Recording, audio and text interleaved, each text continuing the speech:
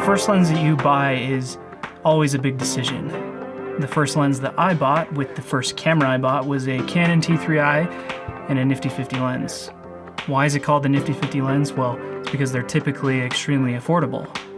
That's exactly what we're talking about today, is this nifty 50 lens. This is from TTArtisan, and I feel like it's very slept on. So let's talk about it. My name's Dustin, your video tour guide, and remember to keep your arms and legs inside your chairs at all times. Sit back, relax, and enjoy the video.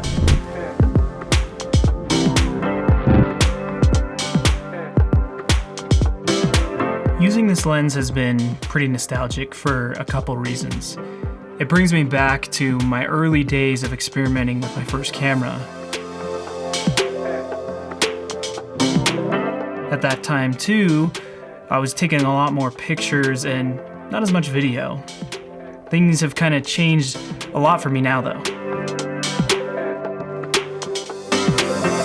Now, I almost forget to take pictures and tend to only record video in my personal life.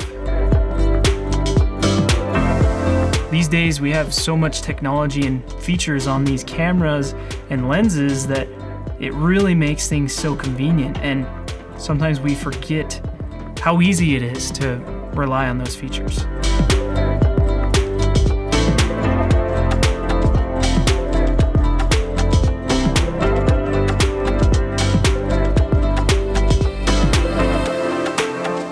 This lens is great for taking video. It has a very unique character to it that I can't really put my finger on. And although this is a great lens for video, it's also great for photos.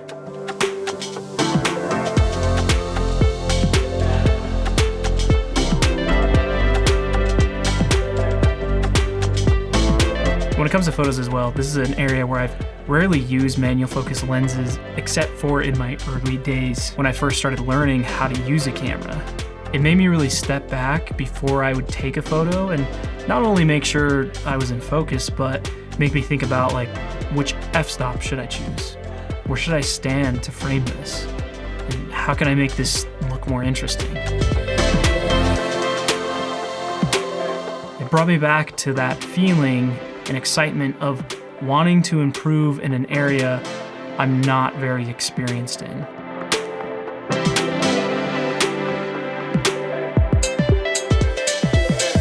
Besides the look of this lens, one of the things that makes it a very enticing lens is the price. It comes in at only $79 at the time of making this video, which is hard to come by these days.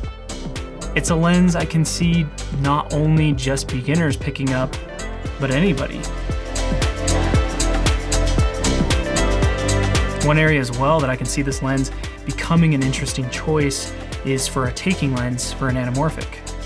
There's been some new front anamorphic lenses that have kind of hit the market, like the Blazar Nero. So for someone more experienced or has a higher budget, you could go that route. Or you could just pick up like one of those vintage front anamorphics somewhere else that's more affordable.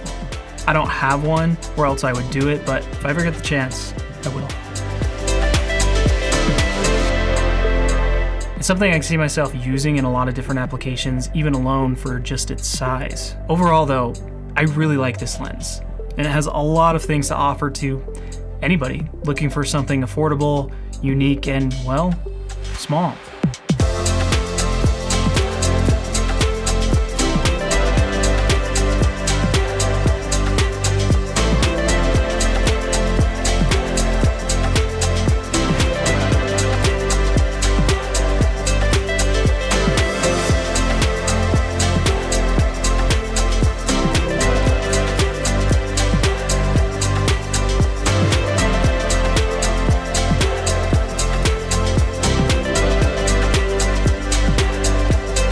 I'll put some links in the description if you want to check out the lens or anything else that TTArtisan has to offer. And be sure to check out my website as well if you enjoy my content and you want to support my content or stay up to date on things that are in the works coming soon.